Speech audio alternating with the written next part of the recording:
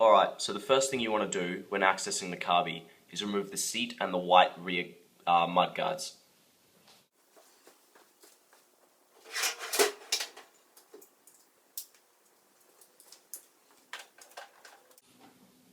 Removing the seat's as simple as undoing 2 bolts on the back and sliding the seat forward.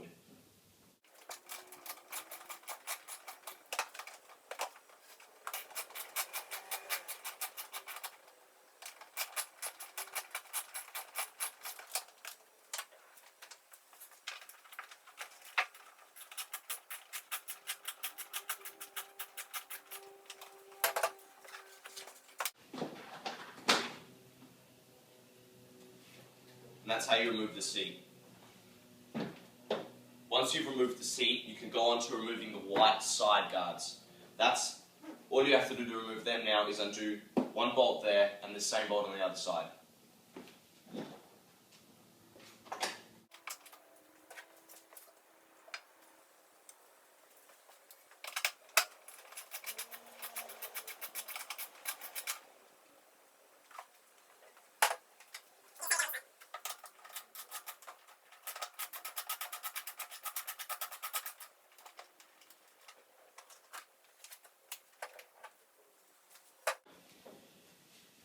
Once you've undone the back section and the top seat, you can now go ahead to loosening the airbox off the carburetor. All you have to do to loosen the airbox off the carburetor is get a Phillips head screwdriver,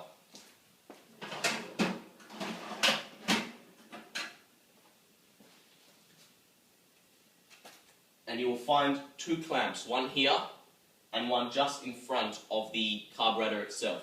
To remove the back end, you need to undo the back one.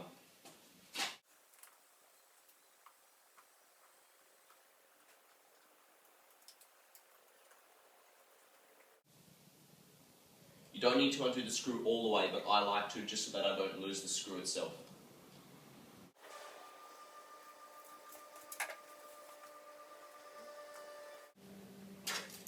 And that's the clamp itself.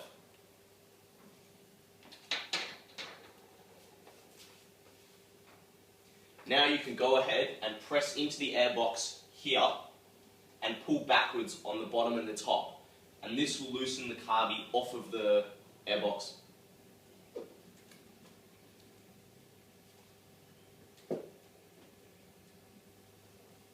As simple as that.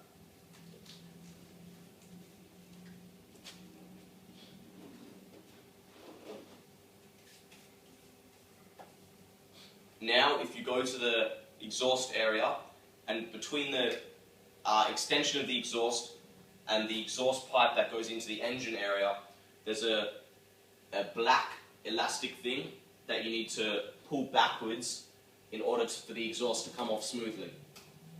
So go ahead and do that. Once you've done that, there will be 2 bolts on the subframe, one here and one on the other side. Undo these.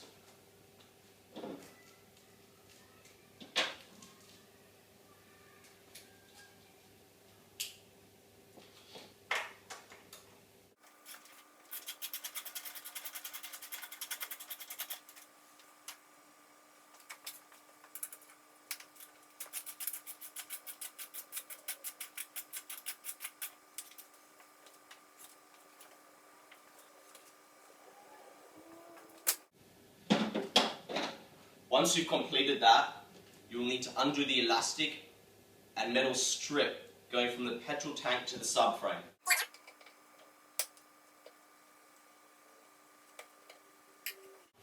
After undoing that screw, you should be able to completely remove the elastic strip.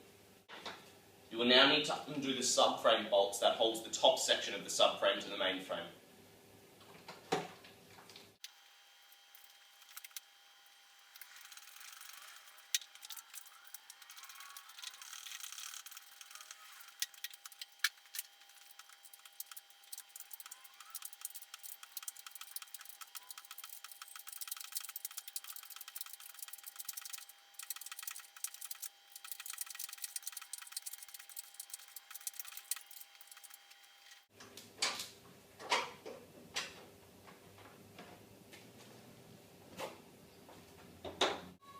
Once you have removed this linkage, the entire subframe should simply lift away.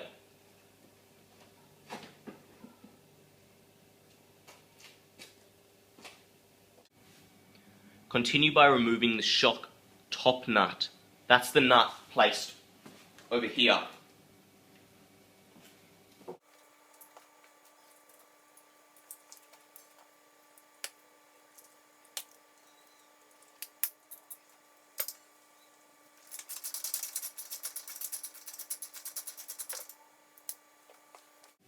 Now hammer the screw that's remaining out the other side.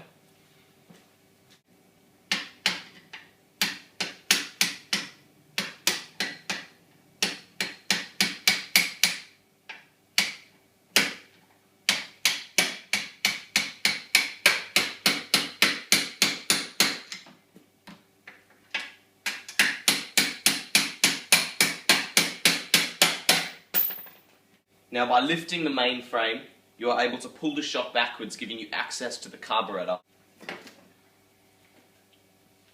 Now you can remove the carburetor through the gap that's left here, and that will give you a wider access space to the carburetor that's inside here. Once you've gotten to this stage, turn off the fuel line here and remove the fuel at the bottom here.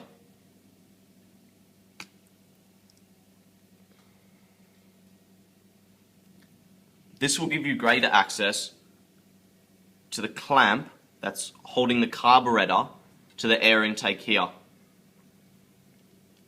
Once you've gotten to this point, you will see a screw hole just there. Undo that Phillips head and that will allow you to remove the carburetor from its fixings. Now that you have removed the clamp, remove the hoses from their fixings. The carburetor should simply lift out now.